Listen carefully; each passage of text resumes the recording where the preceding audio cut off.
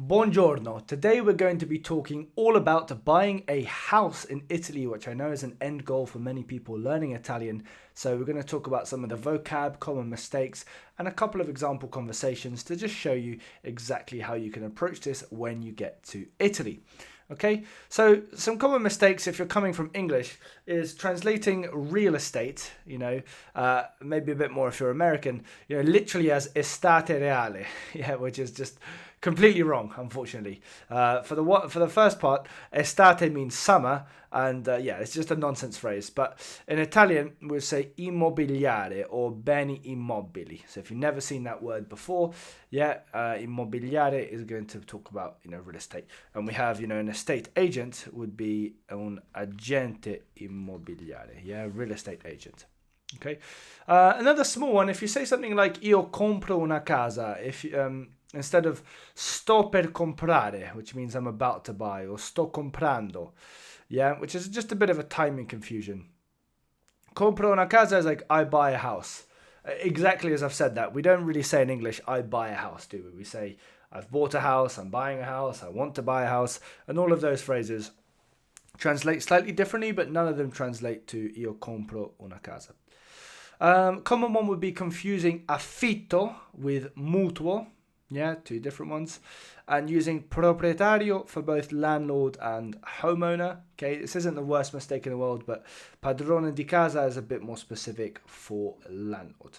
Okay, we're going to get into some slightly more tricky stuff, so I want to give you a bit of inspiration. And I want you to think about what it would actually mean for you to live in Italy.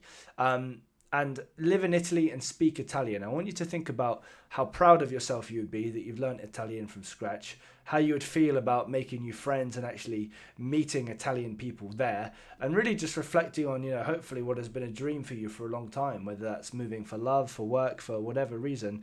I just really want you to picture what it's going to mean for you to live in Italy, okay? Because, we're going to talk about some pretty dry grammar in this lesson, I'm going to be honest, but just connecting that back to what you're doing, I think is a very admirable thing. Okay, let's look at some types of house you might come across, okay? Italy has a few different types. So casa is just a general term for a house or home, which could be any type or size, just casa means house. I want you to not confuse this with the word cassa, okay, which means like cash register or sometimes even safe, casa, there's much more of you want to lengthen out the A's. Italians, they're not on a rush. They're chilled out. If it takes them 2 extra seconds to pronounce the word, they're just chilling on the beach with their glass of vino. It's cool. Casa, not casa. Just because you might get that confused, especially anybody who speaks Spanish might have that slight differential. Okay, appartamento means, guess what? Apartment. Easy peasy. Villa. Villa is, as you might expect, a more larger property, usually countryside or coastal. Villone, okay, is a very large or luxurious villa. The one suffix, when we put one on the end of a word, it means big. Easy peasy. So villone means big. Big villa, pardon me. Palazzo. Now, palazzo is not palace. It can mean palace. Okay, I know I just contradicted myself, but it can mean palace. But when we say palazzo, it usually just refers to a large building. Okay, so that's important. Also, I noticed that the word for building isn't on here, which is edificio, is building. Okay, but palazzo does not just mean palace. If someone says they live in a palazzo, in a certain part of town, they usually mean in some kind of apartment complex. Then a rustico or a casale is, again, if you're in rural Italy, you'll probably see these around. You might see these advertised in the, buy a home for €1 schemes, and then you need to do it up. A masseria, again, very niche one, but you might find like a farm property. And then more common words, you might have a monolocale, bilocale, or a trilocale, so apartment by number of rooms. So if you're looking on the Italian equivalent of Rightmove or Zillow, which I think from memory is casa.it, if you come on here, you will be looking for, you'll be looking for apartments filtered by number of rooms. I'm just trying to see if we can find an example. Okay, maybe not without spending 2 seconds on it, but yeah, monolocale would be a 1-bedroom flat. Okay, time for the sales pitch. Okay, in my Italian practicer, I've made a little practicer here where you can practice, your present, past, and future tense verbs. These are very, very tricky sometimes if you're learning Italian from a beginner level to remember all of the exceptions and all of the rules. So you can basically flick between this and basically just see what the table is. You can put your answers in, obviously, and you can send me your quiz.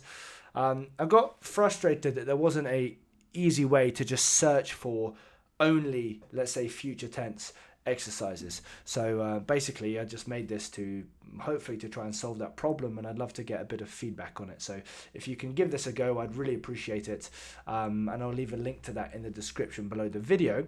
And if you want to hear from me a little bit more, I'm going to leave my Italian newsletter in the description as well. I send it out once a week, and it basically just has a bit of information from me and a bit of just like a link to a video if I've seen something online that I think would help you, and just some general tips and tricks.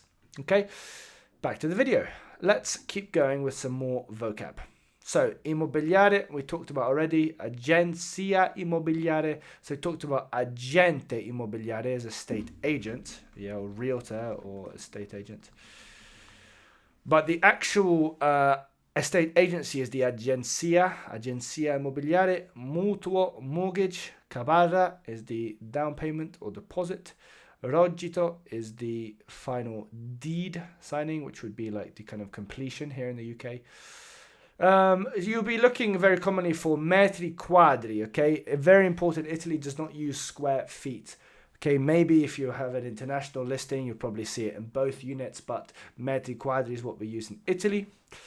Riscaldamento means heating, and then we can have some modifiers like autonomo for that independent style. Terrazza and balcone, very, very common. Okay, this is probably why you're moving to Italy in the first place, so you can enjoy the nice outside breeze. So terrazza and balcone. Piano terra would be our ground floor. Primo piano would be our second floor, and then obviously going up from there, secondo piano, terzo piano, quarto piano, whatever it is. Ristrutturato would be restructured, yeah, renovated. And seminterrato, okay, this is quite an unusual word, but seminterrato is going to be basement. Not as common as you might find in the US, but definitely, for our wine cellars, there are going to be some there. Okay, some example sentences that you might have would be something like: stiamo cercando una casa con almeno 3 camere da letto e riscaldamento autonomo. Yep, so we are looking for a house with at least 3 bedrooms and, what do we call this? Independent heating. Yeah. Quanto costa al metro quadro in questa zona? So what is the price per square meter in this zone? Again, if you're buying a house in Italy and you're used to working in pounds per square foot or dollars per square foot, just spend a bit of time customizing or acclimatizing yourself to pounds or dollars per square meter, or I should say euros per square meter. Abbiamo versato la caparra, ora aspettiamo il rogito. So we have, sorted out the down payment. We're now just waiting for the final deed signing. La casa ha bisogno di essere ristrutturata, ma ha una bella terrazza. So the house needs a complete, renovation, but it has a nice terrace. Yeah, so ha bisogno di means it has need of. Good phrase.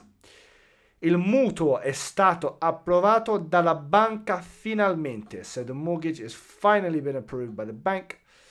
Preferisco il piano terra perché non ci sono le scale. So I prefer ground floor because there's no stairs. Okay? Let's have a look at a short conversation we could have as well. Buongiorno, stiamo cercando casa in questa zona. So good morning, we are looking for a house in this area. Perfetto. Che tipo di proprietà vi interessa? Perfect. What kind of property would be of interest to you? Una casa con giardino, almeno 100 metri quadri, magari da ristrutturare. So a house with a garden, at least 100 square meters, maybe that needs a bit of work. Ho proprio quello che fa per voi. È una villetta a Schiera, 130 metri quadri con piccolo giardino. Ha bisogno di qualche lavoro, ma il prezzo è molto interessante. Okay, this is a really good phrase I want you to remember from this video. Fa per voi means, like, in English we would say, like, tickles your fancy, I think. Or it's like, it's perfect for you. O quello che fa per voi. È una villetta a Schiera, which is terraced house. 130 metri quadri, so 130 square meters, with a small garden. It needs a bit of work, but the price is very interesting. Quanto costa al metro quadro?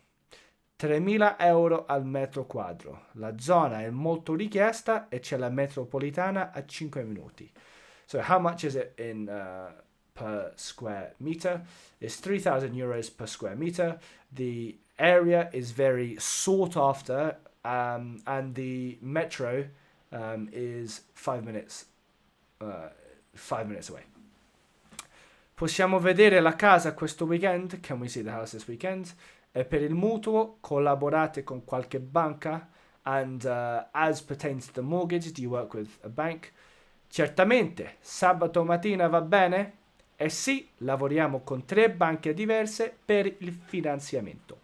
So certainly, is Saturday morning okay? And yes, we work with 3 different banks for the financing.